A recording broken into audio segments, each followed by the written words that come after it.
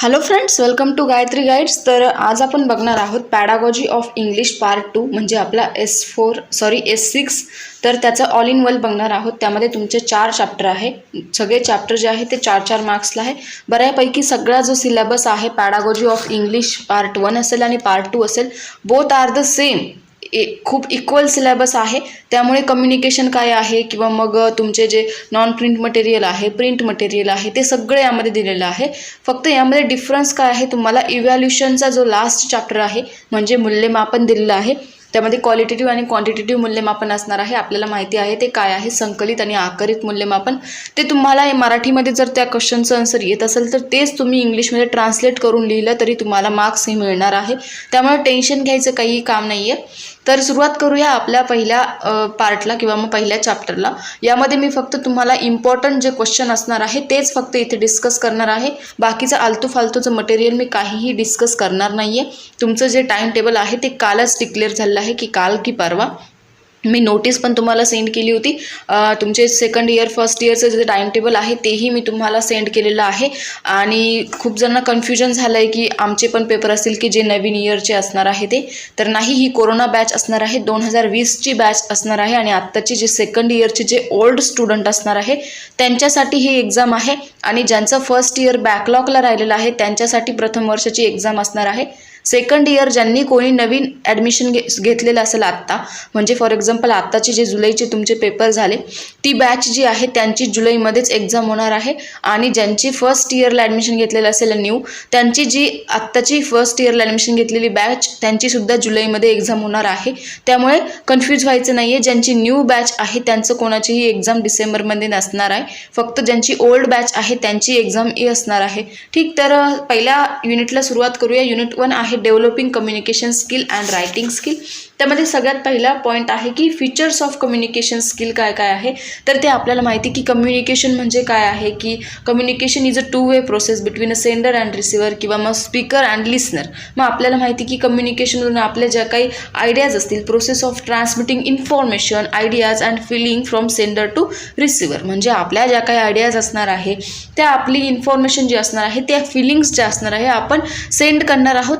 म्हणजे आपण एखाद्याकडून सेंड करणार आहोत, म्हणजे आपण समोरच्याला सेंड करणार आहे आणि तो रिसीव्ह करणार आहे. तर आपल्या ज्या काही फिलिंग्स असतील, आयडियाज असतील, थॉट्स असतील, बरोबर, तर त्याला म्हणायचं आहे कम्युनिकेशन. मग त्याच्यामध्ये आपली जी डायग्राम आहे तीही आपण बघितलेली आहे खूप वेळेस. सेंडर, मेसेज, मीडियम आणि रिसिव्हर. परत मेसेज, मीडियम, त्यांचा जो बाण आहे ते आपण बघितलेला आहे. जर कोणाला काही प्रॉब्लेम्स असतील तर प्लीज आत्ताच तुम्ही विचारा, कारण नंतर शेवट तुम्हीही बिझी व्हाल आणि मीही खूप बिझी होणार आहे. डिसेंबरच्या एंडिंगला तुम्ही काय करतात की तुमचं टाईम टेबल आत्ताच डिक्लेअर झालेलं आहे, परंतु अजूनही कोणी काय केलेलं आहे, व्हिडिओ बघितलेले नाही आहे किंवा मग शेवट बघून मग विचारतात की मॅडम असं होतं आहे, मॅडम तसं होतं आहे. तर ते खूप जास्त कन्फ्युजिंग होणार आहे. त्यामुळे नंतरच्या ज्या एक्सक्यूज आहे त्या थोड्याशा कमी झाल्या तर चांगलंच होईल. आत्तापासूनच थोडं लक्ष द्यायचं आहे. आणि कोणाचा बॅकलॉग ठेवायचा नसेल तर प्लीज कृपा करून आत्तापासूनच स्टडीला सुरुवात करायची आहे. तुम्ही मेन ॲटलिस्ट एकदा किंवा दोनदा तुमचं रिव्हिजन झालं ना, बुक पूर्ण रीड करून झालं ना, तरी तुम्ही पास होशाल. लास्टला तुमचं जेव्हा एक्झाम असणार आहे तेव्हा फक्त तुम्ही आदल्या दिवशी पूर्ण बुकची रिव्हिजन करा. आणि ज्या दिवशी तुमची एक्झाम असणार आहे त्या दिवशी तुम्ही जे मेन पॉईंट्स लिहिलेले असणार आहे किंवा नोट्स मी तुम्हाला प्रोव्हाइड केल्या आहेत त्याही तुम्ही रीड केल्या तरी तुम्ही हमखास पास होशाल. माझ्या गॅरंटीवर मी तुम्हाला सांगते. ठीक आहे. मग त्यामध्ये आपल्याला माहिती आहे की काय काय असेल ते कम्युनिकेशन. मग त्यामध्ये प्रोसिजर आहे क्लासरूम प्रोसिजर. मग क्लासरूम प्रोसिजर कसे होते कम्युनिकेशन थ्रू, तर आपल्याला माहिती की त्यामध्ये काही इंडिव्हिज्युअल वर्क असतात. म्हणजे काय की काही विद्यार्थी स्वतः एकटे राहून वर्क करतात, काही पेअर वर्क असतात, काही स्मॉल ग्रुप वर्क असतात, होल क्लास ग्रुप वर्क असतात. काही पेअर ग्रुप म्हणजे काय की दोघांची चौघांची पेअर करून काही काम केले गेले असतात.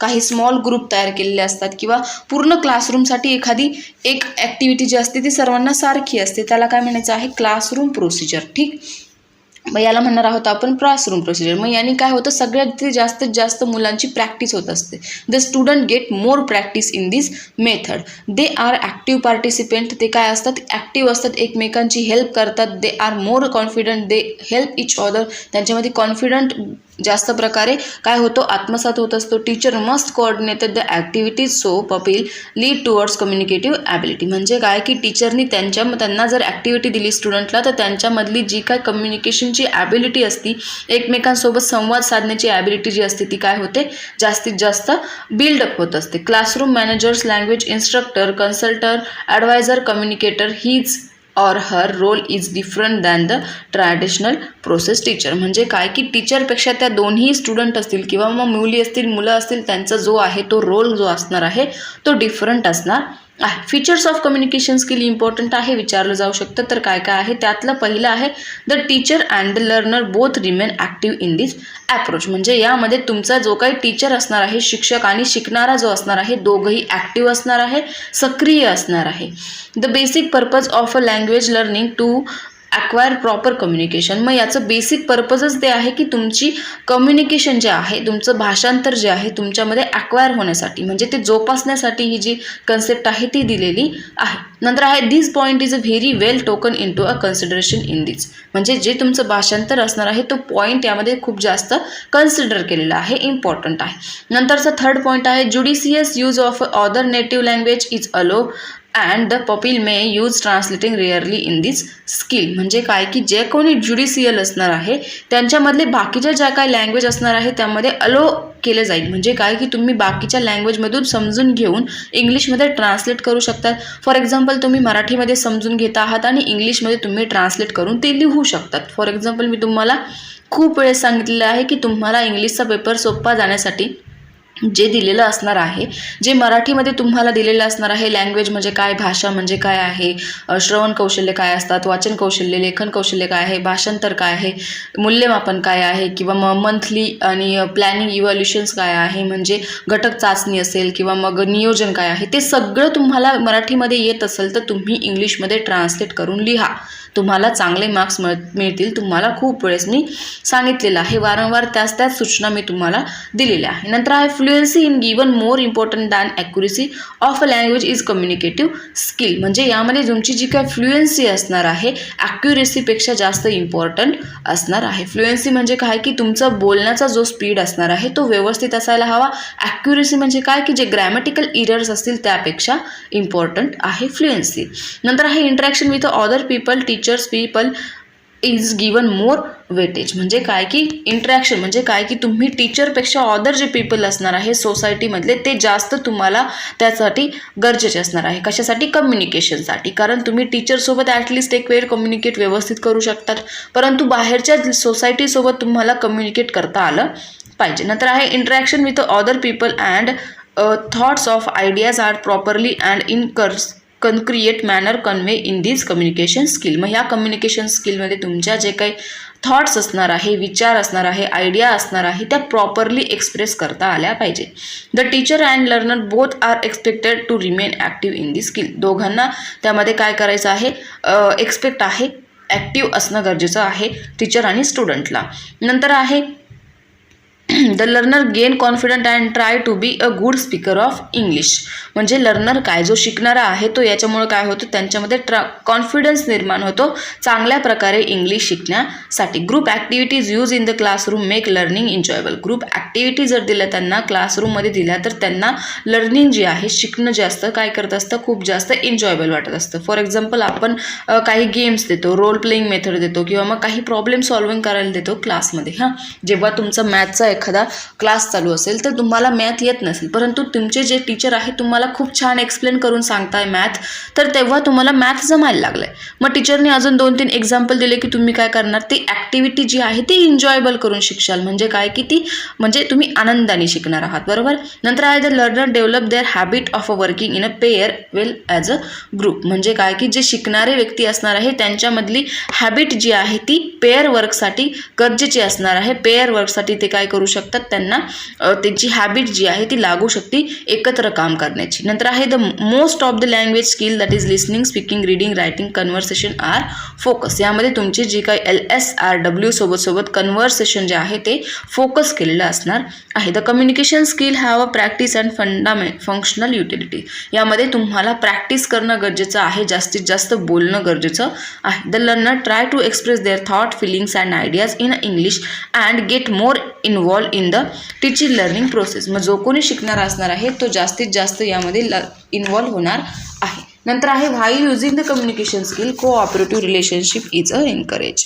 The fear of a grammar is not troubling the speaker. म्हणजे काय की ग्रामरचं जे असणार आहे फिअर म्हणजे भीती तुम्हाला यामध्ये नसणार आहे. तुमच्यामध्ये फक्त जी फ्लुएन्सी आहे ती असायला हवी. कम्युनिकेशन करण्याच्या वेळेस तुम्हाला ॲक्युरेसी गरजेची नाही की तुम्ही बरोबर बोलला तरच तुम्हाला बोलता येईल असं नाही. जेव्हा तुम्ही कम्युनिकेशन करशाल इंग्लिशमध्ये तोडकं मोडकं तुम्ही जेव्हा कम्युनिकेशन करशाल तेव्हाच तुम्हाला काय होणार आहे इंग्लिश किंवा कोणतीही लँग्वेज जी आहे ती जमणार आहे. परंतु ती करणं गरजेचं आहे, बोलणं गरजेचं आहे. ठीक, तर अशा प्रकारे जे आहे ते फीचर्स ऑफ अ कम्युनिकेशन स्किलचे होते. नंतरचा पॉईंट आहे futures of a writing skill. Important question आहे, विचारलं जाऊ शकतो 2 किंवा 3 मार्क्ससाठी. मग त्यामध्ये काय आहे writing is a ultimate aim of a learning language. आपल्याला माहिती की रायटिंग हा लँग्वेजचा एक अल्टिमेट म्हणजे वेगळा म्हणजे दुसरी बाजू आहे आपण त्याला म्हणू शकतो. Writing is a skill by a writing of a one can preserve his her knowledge. म्हणजे ज्याचं नॉलेज असणार आहे रायटिंग त्याच्यावर प्रिझर्व करते. एखाद्याला एखाद्या गोष्टीचं नॉलेज असेल तर त्याला लिहिताच येत नसेल तर चालेल का? नाही. परंतु एखाद्याला लिहिता येत आहे परंतु त्याला त्या गोष्टीचं नॉलेजच नाही आहे तर ही जी गोष्ट आहे ती कंप्लीट असायला हवी. Control of a muscles and hand wrist at the coordination with I and a mind. म्हणजे तुमचं जे काही माइंड आणि आईज जे असणार आहे लिहिण्याच्या वेळेस कंट्रोल असायला हवे. म्हणजे तुम्ही जे लिहिताय ते व्यवस्थित अर्थपूर्ण असायला हवं. मिस्टर बेलनी काही डेफिनेशन सांगितलेले आहे किंवा म्हटलेलं आहे की काय म्हणता येते illegible handwriting in a young man or woman is a sign of an untidy and clearness mind. म्हणजे काय की तुमची जी हँडरायटिंग असणार आहे ती काय असणार आहे. फॉर एक्झाम्पल तुमची हँडरायटिंग जर चांगली असेल तर तुमची जी हँडरायटिंग चांगली असेल तर त्यावर तुमचं माइंड कशा प्रकारे आहे ते तुम्ही ते मिस्टर बेलने सांगितलेलं आहे. तुमची हँडरायटिंग जर चांगली असेल तर तुमच्या माइंडमध्ये काहीतरी गुड थॉट चाललेले असणार आहे किंवा तुमची हँडरायटिंग चांगली असेल तर तुमचं माइंड क्लिअर असणार आहे. परंतु तुमची हँडरायटिंग जर तुम्हालाही समजत नसेल आणि इतरांनाही समजत नसेल तर तुमची हँडरायटिंग सोबत तुमचं माइंड काय असणार आहे क्लिअरलेस असणार आहे. बरोबर. ठीक, तर अशा प्रकारे आहे. नंतरचा आहे now we shall learn the features of a writing skill. त्यामध्ये पहिलं आहे डिस्टिंक्टिव्हनेस. म्हणजे काय की writing should be easily notice, it should be very clear. म्हणजे डिस्टिंक्ट असायला हवी. म्हणजे 2 शब्दांमधला डिस्टन्स व्यवस्थित असायला हवा, 2 लाईनमधलं डिस्टन्स व्यवस्थित असायला हवं, 2 वर्डमधलं 2 लेटरमधलं डिस्टन्स व्यवस्थित असायला हवं. म्हणजे तुम्ही जे लिहिता आहात ते इझिली नोटीस झालं पाहिजे, इझिली ते समोरच्याला विजिबल झालं पाहिजे. It should be very clear. ते एकदम क्लिअर असायला हवं. नंतर आहे proper spacing. Proper distance between the word and among the word is a second feature of writing skill. आत्ता सांगितलं की तुम्ही 2 शब्दामधलं डिस्टन्स व्यवस्थित ठेवायला हवं आहे, 2 वाक्यामधलं डिस्टन्स व्यवस्थित ठेवायला हवं. प्रॉपर स्पेस असायला हवा त्यामध्ये. म्हणजे तुमचं जे काय हँडरायटिंग आहे ते अट्रॅक्टिव्ह वाटते. खूप जास्तही स्पेस ठेवायचं नाही आहे. म्हणजे एका लाईनमध्ये ॲटलिस्ट तुम्ही 6 शब्द जे आहे मिनिमम 6 शब्द लिहिण्याचा ट्राय करायचा आहे, 5 किंवा 6 शब्द लिहिण्याचा. ठीक. नंतर आहे size of a letter should be proper equal and uniform. म्हणजे तुमची जी लेटरची साईज असणार आहे तुम्हाला हेडलाईन करायची असेल किंवा मोठा मेन मुद्दा लिहायचा असेल तेव्हा तुमची साईज लेटरची थोडीशी मोठी असायला हवी. तुम्ही थोडं मोठ्याने लिहा, थोडं मोठ्या हँडरायटिंगमध्ये लिहा किंवा मग बाकीचे इतर हँडरायटिंग पेन तुम्ही यूज करू शकतात. आणि जेव्हा तुम्हाला मेन जो मुद्दा आहे तो लिहायचा असेल तेव्हा तुमची साईज जी आहे लेटरची ती इक्वल असायला हवी, कमी जास्त छोटी मोठी असायला नको. नंतर आहे simplicity. Writing should be a decorative. Simplicity is also an important feature of a writing. Simplicity म्हणजे काय की तुमचं जे लिखाण असणार आहे ते डेकोरेटिव्ह सोबत तुम्ही म्हणजे एखादं डेकोरेटिव्ह करतात बघा की एक शब्द ह्या पेननी, दुसरा शब्द त्या पेननी, मधीच कर्सिव्ह, मधीच सिम्पल, मधीच तिरकं, मधीच तारकं, बोल्ड फोंट अशा प्रकारे लिहिता कामा नये. सिम्पल जेवढी तुम्ही तुमची लँग्वेज ठेवशाल तेव्हा त्याचं फ्युचर्स जे आहे ते इम्पॉर्टंट आहे. Straight line. तुमची जी रायटिंग आहे ती स्ट्रेट लाईनमध्ये असायला हवी. एक तर तुम्ही एकाच लाईनमध्ये लिहायचं आहे, एक तर तुम्ही स्ट्रेट लाईनमध्येच लिहा, नाही तर तुम्ही कर्सिव्हच लिहा, नाहीतर तुम्ही तिरकंच लिहा, नाही तर तुम्ही बोल्डच लिहा. अशा प्रकारे जे आहे ते तुम्ही पण स्ट्रेट लाईनमध्ये लिहायचं आहे, वाकडं तिकडं लिहायचं नाही आहे. म्हणजे तुम्ही आत्ता ह्या लाईनमध्ये लिहिताय आणि पुढचा शब्द तुमचा खालच्या लाईनमध्ये जाता कामा नाही. Speed. There should be proper speed of writing. If one write very slowly, he she may not write the examination proper in the time of, or if one write very fast, he she may commit mistake in the examination proper. So normal speed is a feature of a writing. म्हणजे काय की तुमचा speed जो आहे तो रायटिंगसाठी व्यवस्थित असायला हवा. खूप जास्त स्पीड असेल तर तुम्ही पटकन पेपर लिहिशाल आणि काहीतरी मिस करून देशाल लिहिता लिहिता, किंवा काहीतरी चुकीचं लिहिशाल. खूप कमी स्पीड असेल तर तुम्हाला एक्झामिनेशनमध्ये टाईम जो आहे तो पुरणार नाही, मिळणार नाही. आणि खूप मीडियम असला तुमचा स्पीड तर तुम्ही सगळ्या गोष्टी ज्या आहेत ते व्यवस्थितपणे हँडल करू शकता. नंतर आहे कॅपिटलायझेशन अँड पंच्युएशन्स. म्हणजे काय की तुम्हाला फुल स्टॉप झाल्यानंतर जो पहिला शब्द, पहिला जे लेटर असणार आहे ते कोणत्याही शब्दाचं कॅपिटल काढायचं आहे. प्रॉपर पंच्युएशन मार्क्स तुम्हाला द्यायचे आहे. कुठे फुल स्टॉप द्यायचा आहे, कुठे स्वल्पविराम द्यायचा आहे, कुठे उद्गारवाचक चिन्ह द्यायचं आहे, ते सगळं तुम्हाला जमलं पाहिजे. नंतर आहे fluency. Writing should be easy and well. तुमची जी काय रायटिंग आहे ती इझी आणि व्यवस्थित असायला हवी. नंतर काय आहे की म्हणजे one should write without efforts, it should be done in a smooth and skilful way. म्हणजे तुमची जी रायटिंग आहे ती विदाऊट एफर्ट, म्हणजे कोणत्याही प्रकारचे एफर्ट न घेता व्यवस्थितपणे असायला हवी. म्हणजे काय की तुम्ही लिहित असताना तुमची रायटिंग जी आहे ती स्मूथ असायला हवी, स्किलफुल असायला हवी. नंतर आहे beauty. The appearance of a writing should be simple but beautiful. तुमची जी लँग्वेज आहे ती सिम्पल असायला हवी. तुमची रायटिंग जी आहे ती सिम्पल असायला हवी, परंतु ती ब्युटिफुल असायला हवी. समोरच्याला ती अट्रॅक्टिव्ह वाटली पाहिजे. Swift execution. Writing activity should be done very swiftly. म्हणजे तुम्ही जी काय रायटिंग करणार आहात ती तुमच्या हाताने एकदम स्मूथली तुम्हाला राईट करता आली पाहिजे. कोणत्याही प्रकारचं तुम्हाला तिथे खूप प्रेशराईज वाटलं नाही पाहिजे. अशा प्रकारचे जे आहे ते फीचर्स ऑफ रायटिंग स्किल होते, इम्पॉर्टंट आहे. नंतरचा पुढचा पॉईंट आहे methods and technique of a teaching skill. तर त्या इतक्या इम्पॉर्टंट नाही आहे, तर मी त्या स्किप करणार आहे. बरोबर. त्यामध्ये नंतर आहे आपली प्रिंट स्क्रिप्ट असेल किंवा मग कर्सिव्ह स्क्रिप्ट असेल, तर ते इतकं इम्पॉर्टंट नाही आहे. नंतर आहे some issues to be consider while teaching writing. म्हणजे जेव्हा तुम्ही रायटिंग शिकता आहात त्याबद्दल तुम्ही काय काय इश्यूज तुम्हाला येणार आहे तर ते त्यांनी तिथे दिलेले आहे. त्यातला पहिला आहे प्री रायटिंग स्टेज. म्हणजे before starting writing we should ask some questions to ourselves. Those are who will be reader or our writing. How are we going to organise the matter. Are we going to revise the draft. म्हणजे काय की तुम्ही जे लिहिणार आहात ते कशा प्रकारे तुम्ही लिहिता आहात, त्यामध्ये काही क्वेश्चन वाईज लिहिता आहात किंवा मग तुम्ही बाकीचं निबंधासारखं लिहिता आहात, तर ती लँग्वेज तुमची आहे ती लिहिण्याचा जो प्रकार तुम्ही जो प्रकार लिहिता आहात तो व्यवस्थित असायला हवा. तुमचं जर क्वेश्चन वाईज असायला हवं तर त्यामध्ये पॉईंट वाईज तुम्ही लिहिलं पाहिजे. निबंध जर तुम्ही लिहित असाल तर तो तुम्ही पॅसेज वाईज लिहिलं पाहिजे. ह्या पॅसेजमध्ये हे, त्या पॅसेजमध्ये ते हे. तुम्ही जे राईट करता आहात ते भटकता कामा नये. तुम्ही विषय सोडून लिहायचं नाही आहे. म्हणजे ही काय असणार आहे तुमची प्री रायटिंग स्टेज आहे. तुम्ही काय लिहित आहात, तुम्ही कसं लिहिणार आहेत आणि तुम्ही कशाबद्दल लिहित आहात. ठीक. नंतर आहे writing stage. The title of our writing should B clear, short and proper. तुम्ही ज्या विषयी लिहिणार आहात तुमचं ते टायटल जे असणार आहे ते क्लिअर असायला हवं, शॉर्ट अँड प्रॉपर असायला हवं. फॉर एक्झाम्पल तुम्ही एसे लिहितात, माय होम किंवा माय बेस्ट फ्रेंड किंवा माय कॉलेज किंवा काहीतरी लिहिताय, तर तेव्हा तुमचा जो पॉईंट आहे तो क्लिअर असायला हवा, तो व्यवस्थित शॉर्ट आणि क्लिअर असायला हवा. प्रॉपर स्पेसिंग म्हणजे प्रॉपर असायला हवा. Write the important point of our text is a beginning. म्हणजे काय की तुम्ही ज्या निबंध लिहिणार आहात त्याची इम्पॉर्टंट पॉईंट काय आहे, म्हणजे तुमचं इंट्रोडक्शन जे आहे तुम्ही ते स्टार्टिंगला लिहायचं आहे. Every new point must have a proper headline.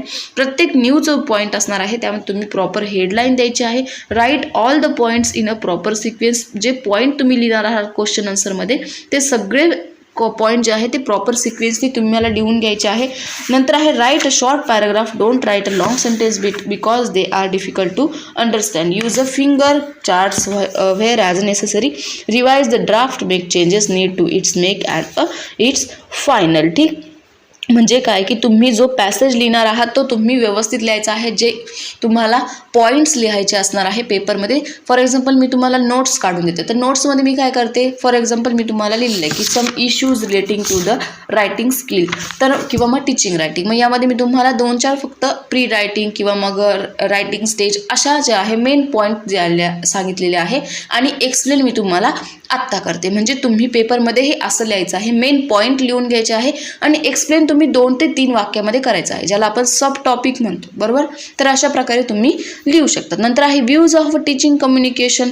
मग त्यामध्ये काही व्ह्यूज दिलेले आहे की तुम्ही कशा प्रकारे टीचिंग कम्युनिकेशन जे आहे ते कशा प्रकारे शिकवू शकतात. तर ते इम्पॉर्टंट नाही आहे, तर तरी पण आपण शॉर्टकटमध्ये थोडंसं बघूया. There is nothing more powerful and effective in human communication than face to face verbal communication. म्हणजे काय की जेव्हा तुम्ही फेस टू फेस कम्युनिकेशन करणार आहे त्यापेक्षा इम्पॉर्टंट काहीही नाही आहे असं ते म्हणताय. हां, मग तुम्ही कोणतंही कम्युनिकेशन असेल किंवा मग तुम्ही एखाद्या स्टुडंटसोबत बोलताय, एखादी ॲक्टिव्हिटी बोलताय किंवा फॅमिली मेंबर्स असतील, नेबरहुड्स असतील, त्यामध्ये तुम्ही कोणता तरी तुम्हाला अपॉर्च्युनिटी मिळणार आहे की तुम्ही तुमचा पॉईंट प्रेझेंट करू शकतात. नंतर आहे while introducing yourself have a opportunity to handshake with a proper eyes contact and smile on the face. म्हणजे जेव्हा तुम्ही स्वतःची इंट्रोडक्शन देत असाल समोरच्याला, तेव्हा तुम्हाला ॲप्रोप्रिएट हँडशेक करणं गरजेचं आहे. त्याला हँडशेक करून प्रॉपर आय कॉन्टॅक्ट तुमचा असायला हवा आणि तुमच्या चेहऱ्यावर थोडीशी स्माईल जी आहे ते असायला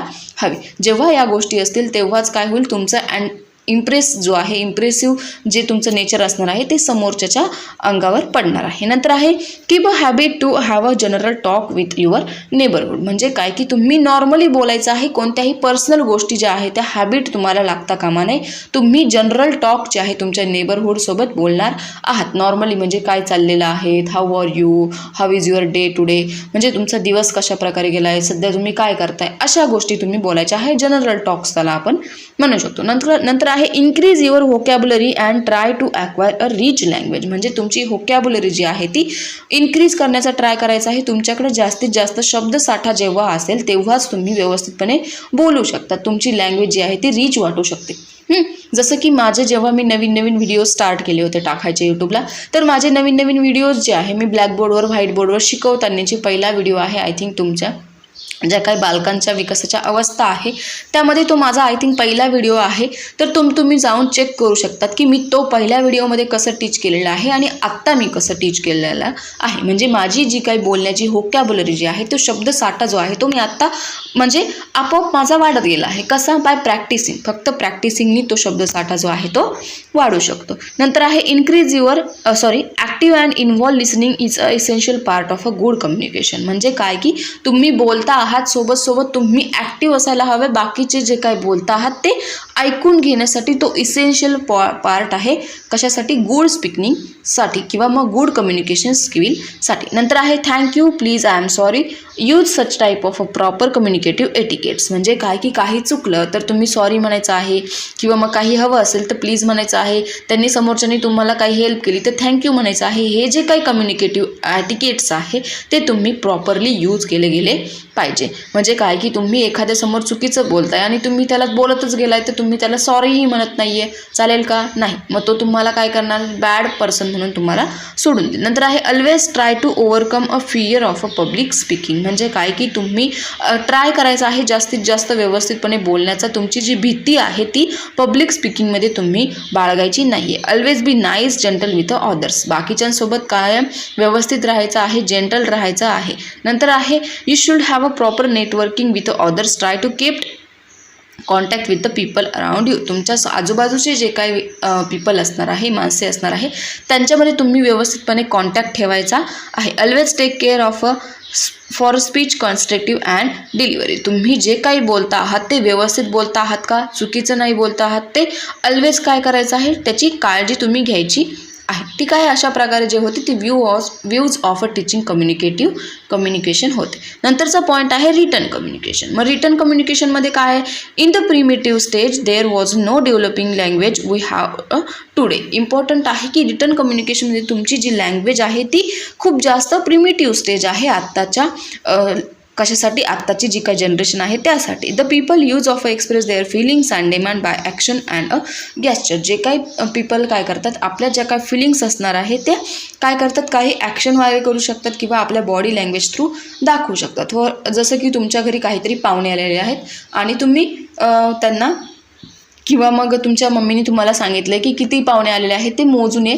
मग तुम्ही काय करतात, त्यांच्यासमोर जाऊन डायरेक्ट मोजतात की 1 2 3 4 5. नाही ना, तुम्ही साईडला कुठेतरी कोपऱ्यात उभं राहणार आणि फक्त तुम्ही नजर फिरवणार. म्हणजे तुम्ही काय करताय, तुमची बॉडी लँग्वेज थ्रू काय करतायत ते काउंट करतायत की किती माणसे आलेली आहेत, त्यांना चहा किती कप ठेवायचा आहे. म्हणजे काय की तुमच्या ज्या काही फिलिंग्स आहेत, ज्या आयडियाज आहेत, तुम्ही त्या body language by action and by gesture through काय करू शकता, तुम्ही बाकीच्यांसमोर प्रोव्हाइड करू शकता. Today we having 1000 of a language in the world but we find some pictograms made in a stone when there was an existence of a language, but our ancient people didn't have the other tools of writing at this time of a writing was not mobile. म्हणजे काय की आपल्या आता भरपूर साऱ्या language आहे, परंतु आत्ताची जी आपली थर्ड लँग्वेज आहे, म्हणजे आपली जी काही इंग्लिश लँग्वेज आहे ती खूप जास्त गरजेची आहे. काही ज्या काही टूल्स आहे, रायटिंगच्या टूल्स आहे ते एक्सप्रेस करण्यासाठी. Then there was a second stage. People know the technique of writing on a page and printing technology was available. Writing become mobile. म्हणजे काय की आपल्या ज्या काही आयडियाज असतील त्या आयडियाज आपण काय करतोय, काही पेजेसवर राईट करून देतोय किंवा प्रिंटिंग फॉर्ममध्ये देऊ शकतो. परंतु तुम्ही जे काही मोबाईल आहे त्यामध्ये सुद्धा तुम्ही आता रायटिंगच्या ज्या आयडियाज असतील त्या शेअर करू शकता.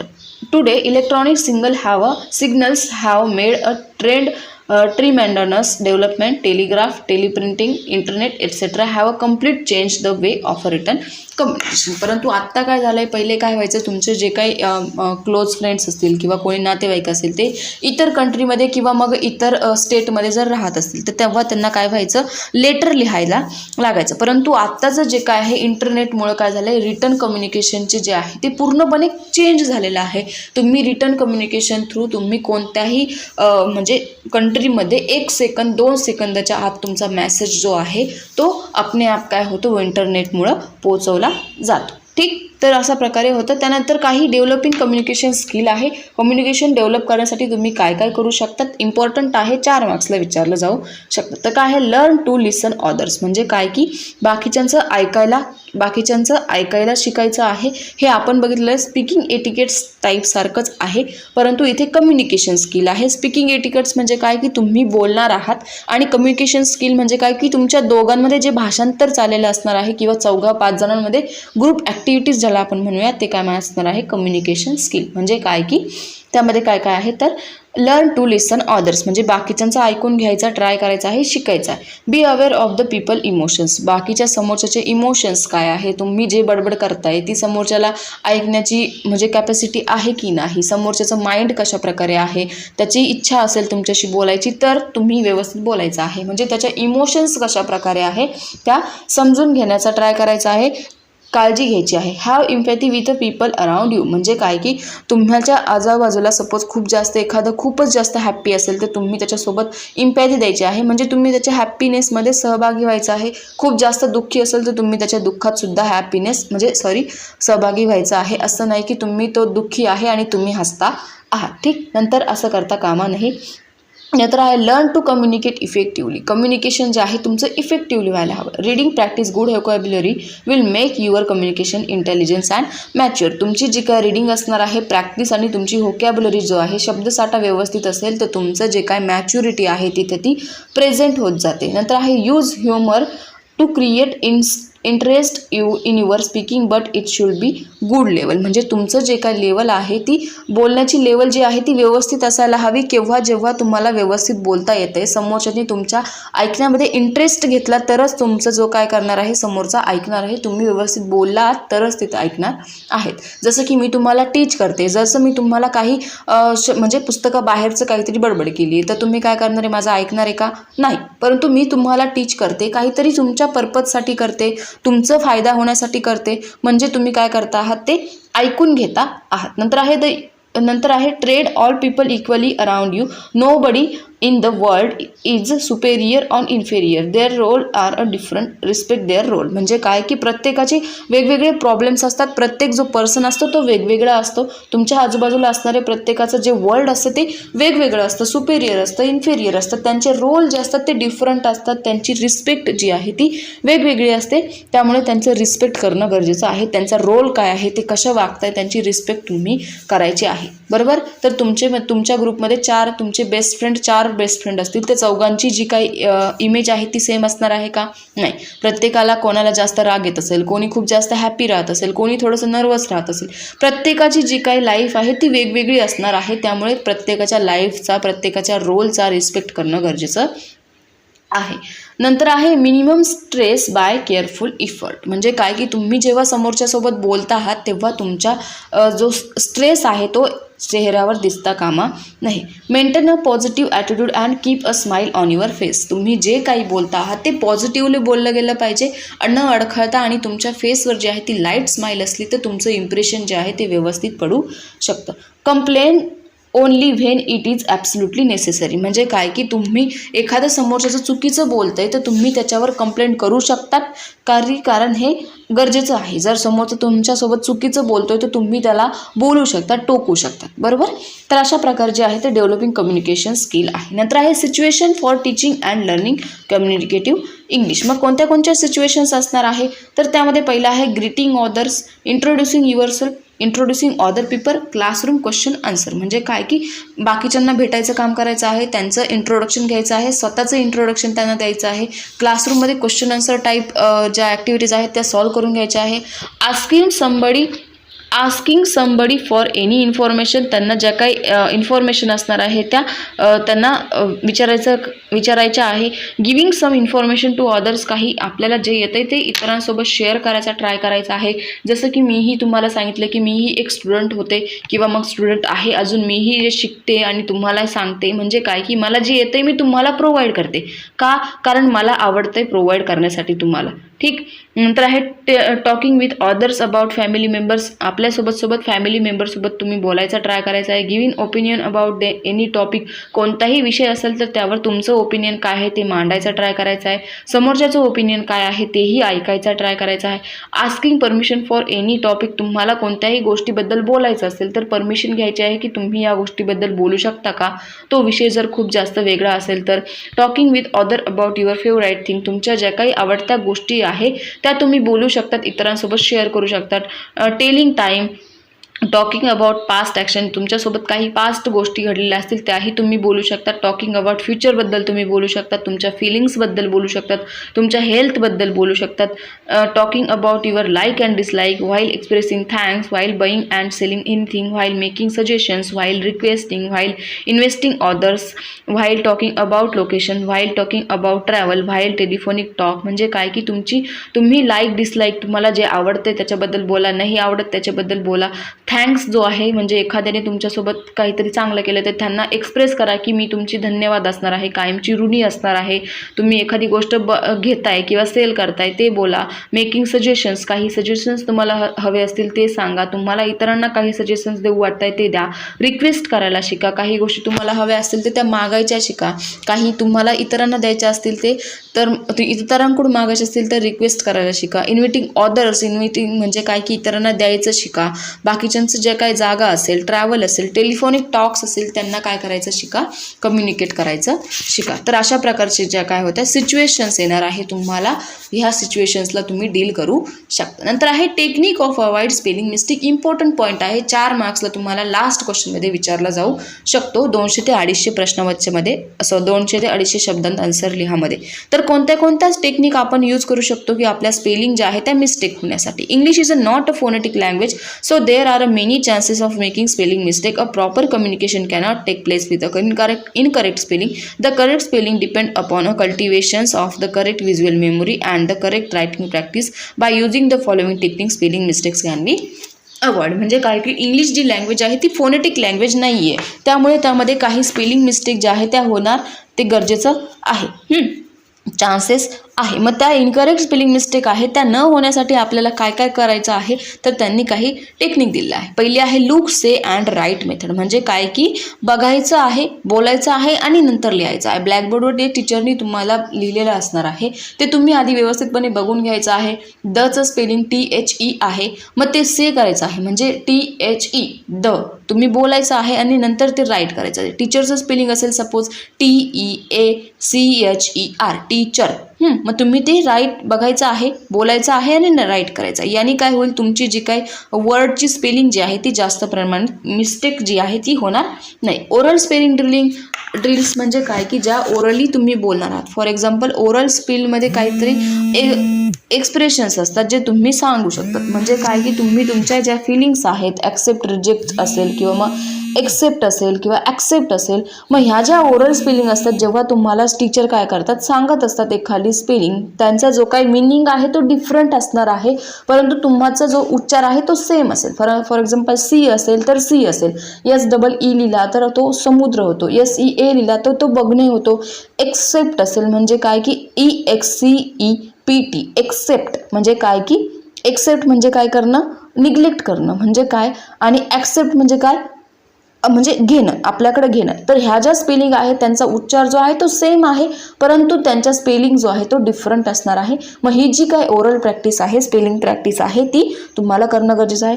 फाइंडिंग आउट मिसिंग लेटर्स म्हणजे जे मिसिंग लेटर्स असतात, जे गेम्स आपण बघतो बघा, गेम्स आपण खेळतो मिसिंग लेटरचे, ते फाइंडिंग आउट करायचे आहे. त्यातून तुमची व्होकॅब्युलरी व्यवस्थित होईल, स्पेलिंग जे आहे त्या मिस्टेक होणार नाही. स्पेलिंग गेम्स असतात काही, ते तुम्ही करू शकतात. फॉर एक्झाम्पल असेल वर्ड बिल्डिंगचे गेम्स असतात बघा, त्यामध्ये तुम्हाला ग्राउंड असेल, प्ले ग्राउंड असेल, यू, ले, पाऊंड, साऊंड हे जे असतात ते शब्द तुम्हाला एका बॉक्समध्ये म्हणजे भरायचे असतात. ते गेम असतात, नोटबुकच्या मागे तुम्हाला दिले असतं बघा, वर्ड बिल्डिंग. त्यामध्ये ही पहिली ॲक्टिव्हिटी आहे. दुसरी ॲक्टिव्हिटी आहे वर्ड कॉम्प्लिटेशन म्हणजे एखादा अर्ध वाक्य तुम्हाला दिलं आहे, शी इज अ ब्युटिफुल. मग काय, शी म्हटल्यावरती काय येईल, ती असणार आहे, मग ती गर्ल असणार आहे, बरोबर. तर अशा प्रकारे तुम्ही वर्ड जे आहे ते कंप्लीट करायची ॲक्टिव्हिटी करू शकतात. ट्रान्स्क्रिप्शन म्हणजे काय की 5-7 वेळेस तुम्ही ब्लॅकबोर्डवर काय करू शकता, जे दिलेल्या शिकवलेलं असणार आहे टीचरवर ते तुम्ही बघून व्यवस्थितपणे लिहू शकतात. नंतर आहे spelling is a cuff rather than a tough म्हणजे काय की it said the spelling is a cuff rather than a tough, tell the people to read the next text many times by which their visual memory म्हणजे जोपर्यंत त्यांच्या मेमरीमध्ये ते spelling fit होत नाही तोपर्यंत तुम्ही ते लिहायचा ट्राय करायचा आहे. नंतर आहे डिक्शनरी म्हणजे काय की तुमची जी काही डिक्शनरी आहे त्यामध्ये तुम्हाला प्रॉपर स्पेलिंग, प्रॉपर अर्थ, प्रत्येक शब्दाचा 2-3 भाषेमध्ये अर्थ, 2-3 मिनिंग त्यांचे दिलेले असतात, त्यामुळे तुम्ही डिक्शनरीचा यूज करू शकतात. नंतर आहे स्पेलिंग बुक तुम्ही यूज करू शकता. तर अशा प्रकारे जे आहे स्पेलिंग अवॉइड करण्यासाठी, मिस्टेक ज्या आहेत त्या अवॉइड स्पेलिंग मिस्टेक्ससाठी तुम्ही ॲक्टिव्हिटीज करू शकता. नंतर आहे issue in the language competency, तर तो इम्पॉर्टंट नाही आहे, फक्त सब टॉपिक काय काय आहे मी तुम्हाला ते सांगते. व्होकॅब्युलरी प्रोफिशियन्सी नंतरचा आहे कल्चरल लिंग्विस्टिक कॉम्पिटन्सीज. प्रत्येकाचं कल्चर वेगवेगळं असतं, त्यांच्या भाषा वेगवेगळ्या असतात, त्यांचं ट्रॅडिशन, राहणीमान सगळं वेगवेगळं असतं, म्हणून त्यांच्या ज्या काय आहे इश्यूज आपल्याला येणार आहे लँग्वेज बोलताना त्यांच्यासोबत. नंतर आहे कम्युनिकेटिव्ह कॉम्पिटन्सी म्हणजे काय की सांगितलंय की प्रत्येकाचं बोलणं वेगवेगळं असतं. साऊथच्या लोकांकडे गेलं तर त्यांचं बोलणं वेगवेगळं असतं. Ability to construct longer sentence, जे सेंटेन्स असतात त्यांना मोठे सेंटेन्स जे असतात ते प्रेझेंट करता येत नाही दुसऱ्या लँग्वेजमध्ये. फॉर एक्झाम्पल आपल्याला इंग्लिश बोलायचं असेल, जसं मी मराठीमध्ये आता तुम्हाला इतकी बडबड करून सांगते, तर इंग्लिशमध्ये मला ते सेंटेन्स प्रेझेंट करायचे असेल तर थोडा वेळ लागणार आहे, बरोबर. म्हणजे लॉंग सेंटेन्स जे आहे ते व्यवस्थितपणे कन्स्ट्रक्ट करता येत नाही. ग्रॅमॅटिकल कॉम्पिटन्सी असतात, काही ग्रॅमॅटिकल नॉलेज त्यांचं वीक असतं, किंवा मग आपण जे काय आहे साऊथला गेलं किंवा मग कोणतंही एखादा जे तो ते काय म्हणता खाता आहे पिता आहे, म्हणजे पोरीला ते काय करतात, पोरीला खाता पिता करतात, पोरीला पिती खाती करतात. अशा प्रकारे जे येतात ते ग्रॅमॅटिकल कॉम्पिटन्सी येऊ शकतात, डिस्कर्स कॉम्पिटन्सी येऊ शकतात. तर अशा प्रकारचे जे आहे ते इश्यूज रेटिंग कशाचे आहे लँग्वेज कॉम्पिटन्सीमध्ये येऊ शकतात. In this way we are finishing our first chapter here, developing communication skill and a writing skill. तर त्यामध्ये इम्पॉर्टंट काय काय आहे, what do you know about a communication, present and example of a substitution table. नंतर आहे right, what do you know about a written communication. नंतर आहे right some activities किंवा techniques to avoid spelling mistakes. What are the features of a communication skill, what are the features of writing skill. अशा प्रकारे आहे ते important question. ठीक, तर next point आहे किंवा मग नेक्स्ट चॅप्टर आहे, तर त्याला आपण सुरुवात करूया. तर काय नाव आहे त्याचं, युनिट 2 आहे curriculum syllabus and instruction material creating standard 6th to 8. तर करिक्युलम म्हणजे काय आपल्याला माहिती, अभ्यासक्रम. सिलेबस म्हणजे काय आपल्याला माहिती, पाठ्यक्रम. इन्स्ट्रक्शन मटेरियल म्हणजे काय, त्यामध्ये नॉन प्रिंट, प्रिंट मटेरियल ते येणार आहे. खूप वेळेस आपण डिस्कस केलेलं आहे, त्यामुळे मी फक्त या चॅप्टरमधले इम्पॉर्टंट जे पॉईंट्स आहे ते तुम्हाला इथे डिस्कस करते. मग करिक्युलम आणि सिलेबस म्हणजे काय, की curriculum is a study of a course. एका पूर्ण स्टडीचा कोर्स तुम्हाला करायचा आहे, त्याला आपण करिक्युलम म्हणतो. Syllabus is a part of a curriculum that is a complete in a fix time. म्हणजे सिलेबस जो आहे तो करिक्युलमचा एक पार्ट आहे, तुम्हाला तो एका फिक्स टाइममध्ये कंप्लीट करायचा आहे. Curriculum is a level of a किंवा मग curriculum is a stage of a primary secondary education. म्हणजे तुमच्या ज्या काही लेवल असणार आहे, प्राथमिक माध्यमिक लेवलसाठी करिक्युलम यूज केलेलं असतं. आणि सिलेबस जो आहे तो एका स्टँडर्डसाठी, पर्टिक्युलर स्टँडर्डसाठी तुम्हाला यूज केला जातो. Curriculum is also include as a extra curriculum activity आणि को करिक्युलम ॲक्टिव्हिटीज. म्हणजे काय, की तुमच्या ज्या एक्स्ट्रा करिक्युलर ॲक्टिव्हिटीज असणार आहे, फॉर एक्झाम्पल तुमच्या शाळेमध्ये सांस्कृतिक कार्यक्रम असतील, खेळाच्या स्पर्धा असेल, क्रीडा स्पर्धा असतील, वक्तृत्व स्पर्धा असतील, त्या सगळ्या काय येणार आहे, करिक्युलम येणार आहे. आणि याच्यामध्ये काय येणार आहे, सिलेबसमध्ये तुमच्या फक्त ज्या क्लासवर्कच्या ॲक्टिव्हिटीज असणार आहेत त्या येणार आहे. ठीक. नंतर आहे क्रायटेरिया ऑफ गुड करिक्युलमसाठी काय काय क्रायटेरिया असणार आहे. चांगला करिक्युलम म्हणजे एक बेस्ट करिक्युलमसाठी कोणता क्रायटेरिया असणार आहे. पहिला आहे it should B purposeful.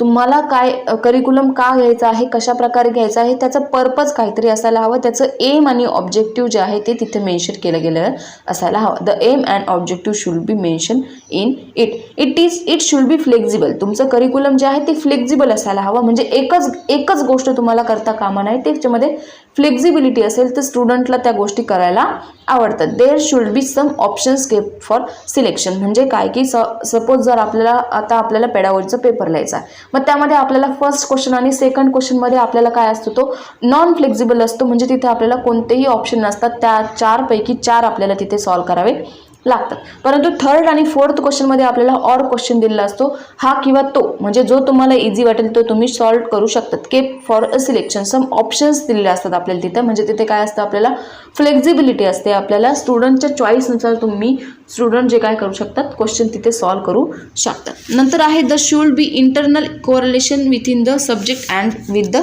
Subject. म्हणजे काय, की जे रिलेशन असणार आहे ते त्या टॉपिकचं इंटरनल कोरिलेशन असायला हवं. त्यांच्यामध्ये काहीतरी पर्सनल गोष्टी ज्या आहे, इंटरनल गोष्टी, त्यामध्ये रिलेशन जे आहे ते असायला हवं. Curriculum should have a variety.